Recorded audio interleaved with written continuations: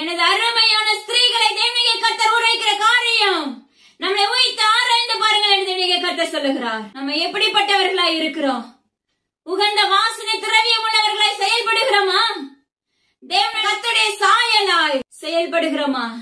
இல்ல இந்த புறம்பான பாதையை நோக்கி ஓடுகிறவர்களாய் இருக்கிறோமா? இந்த புறம்பான அலங்கரிப்பு எசபேலின் வல்லமை, அதுவும் ஒரு அசுத்த வல்லமைதான். ஹல்லேலூயா. இந்த எசபேலின் வல்லமைக்கு நம்ம இடம் கொடுக்காதபடி, மற்றவர்களை நாம இச்சைக்குள்ள தள்ளாதபடி நம்முடைய சரீரத்தை காத்துக்கொள்ள வேண்டும் என்று வேதம் சொல்லுகிறது. இன்னைக்கு நாம எப்படிப்பட்டவர்களா இருக்கிறோம்? ஸ்திரீகளே, தேவனுடைய கர்த்தர் சொல்லுகிறார், உங்களை குறித்து சற்று ஆராய்ந்து பாருங்கள். வாலிபர்களே, உங்களை குறித்து சற்று ஆராய்ந்து பாருங்கள் என்று தேவனுடைய கர்த்தர் விண்ணப்பிக்கிறார்.